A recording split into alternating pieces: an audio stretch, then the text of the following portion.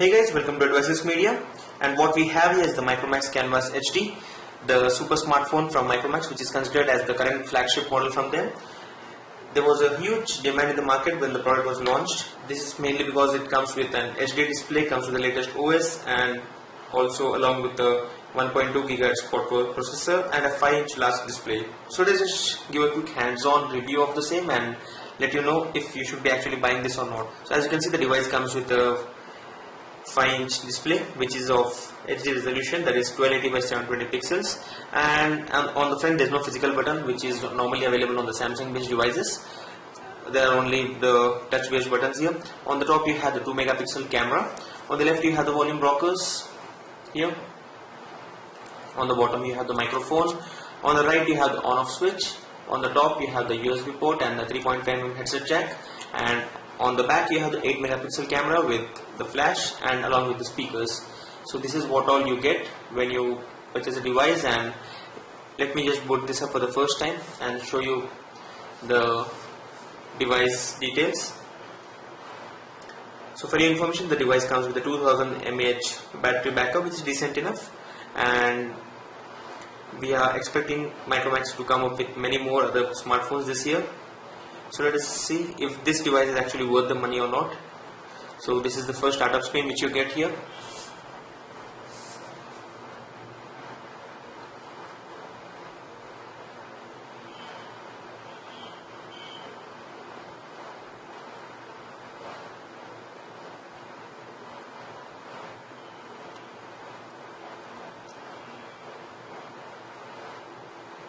It's taking a quite good amount of time considering the boot up is for the first time, and we have reviewed more than 100 devices till date. They have never taken this much time for booting up. That's generally the Android setup, and Micromax has a history of having the most consumer complaints and a very bad customer feedback support, because the service centers have been offering very bad support. So let's hope this device which we have right now purchased from Snapdeal under the pre-order is actually working pretty good, because the last one, that is the Micromax A116, came dead on arrival, and then we had to charge it up for 3 days to ensure that it actually starts up. So let me just connect to the Wi-Fi. Let me skip these options as of now because it's not required to set up the same, it's just optional, and we are done with the basic setup. And this is the current home screen which you get. You get different home screens here, as you can see here, and a bunch of different applications which come pre-installed. Like as you can see, there is a power and all the other shortcuts widget here. There are a few useless crap applications which come up with the Micromax smartphones. That's the MI Zone, MI Store, MI Live, which are again linked to the Play Store indirectly. So no point, Micromax just tries to promote their own products. And then you can find gallery and settings application on some other home screens which are again randomly located. It's not like an organized way of showing up these application shortcuts. Apart from that, as you can see, it says there are no SIM cards placed here. The device comes with dual SIM card, and also the notification bar comes in a different way. As you can see, there are shortcuts to GPS, data connectivity, that's 2G or 3G, airplane mode, and all other settings here which are available on the top. Let me just go to the applications area, and you can find the list of all the different applications as I mentioned earlier. That's MI Live, MI Store, MI Zone Plus. Hookup is again a Micromax based application.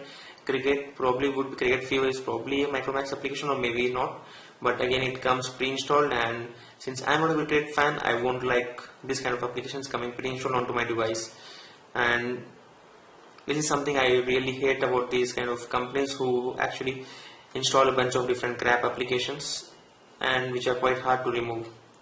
So this is what all comes here. There's also an application called Fruit Devil, which probably would be a clone of Fruit Ninja, and as mentioned earlier, I would not go for these kind of applications and would always try to uninstall the same.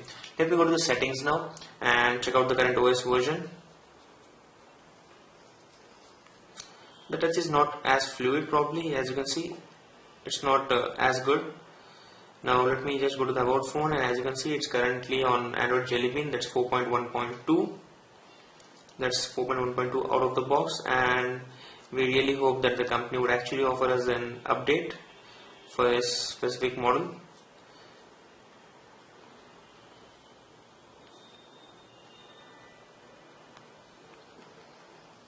There's no battery information shown here. That's something confusing.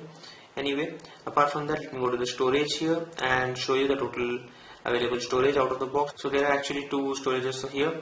One is the phone storage, where there is almost 1 GB available, and there is another internal SD card which is of 4 GB, which comes pre-installed, and out of that 1.77 GB is available. So overall, almost around 2.8 GB of storage space is available to the users.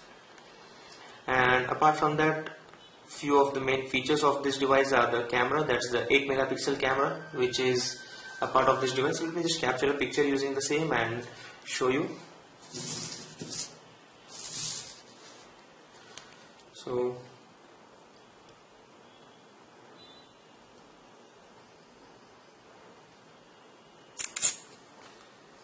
the picture has been captured, and the way the preview is shown is something like the one which you see on the Windows phones, where you can just swipe from the right towards the left to either go from the live preview of the camera to the actual captures. So this is the current capture, and as you can see, the capture has come out to be very good. In fact, I am quite surprised with the actual output of this picture, considering I was actually having a view that this would not be so good, but it is actually pretty good enough. So considering if you are watching this device for large screen on the camera, then we would obviously say you yes. And apart from that, we would also check out the other features and let you know if actually this should be a next purchase or not. So let me just show you the browser here onto this device and check out how the actual browsing is onto this smartphone. Let me just visit our blog, that's Gizmo Report, and the blog has perfectly loaded up here in the mobile version. As I mentioned earlier, the touch was not as good, at least on this device, so I didn't intend to actually click here, that's tap here, but it has actually tapped onto the same. So this is the current issue onto this device. Apart from that, let me just check the same on the landscape mode, and yes, this is also perfectly rendering the content here. Now let's check out the browser in the actual desktop mode. So let me just tap on the request desktop site option and check out how the blog loads up and how the content is actually rendered in the landscape mode.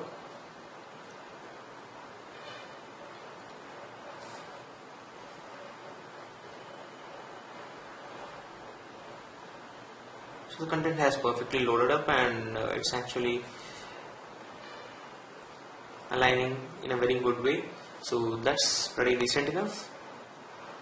The only issue, as mentioned earlier, is that the device actually taps onto the content, even though I didn't actually intend to tap on the same.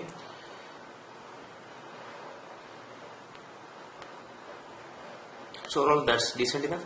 We would actually do a few benchmark tests following in the next series of videos, and also play a few HD games which were recommended to us in the unboxing video. So stay tuned on our channel and we'll keep you updated on those kind of activities.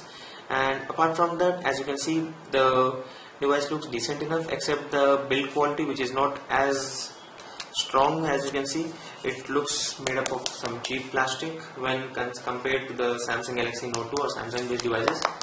You can clearly hear the volume sound, and you can understand it looks like a strong device, while this one looks like a device which is quite empty from inside. So that could be one major issue, but again, considering if you are on a very quite fixed budget, then this should be fine. You can obviously go for this device, but the only major issue in this is the lagging, as I mentioned earlier, on touch, and also the customer support, that's the service center support, wherein if someone has some issue with the device, then the chance of getting it fixed is very less, and you cannot get the device to be fixed up as soon as possible, wherein companies like Nokia are on the #1 place in order to fix the customer based issues. So those are few factors which you need to make sure of. Also stay tuned for our videos of video recording which is done using this camera, and check out the video demos, and then which can give you a clear idea on what should be actual purchase. So stay tuned on our channel and we'll keep you updated. Thank you.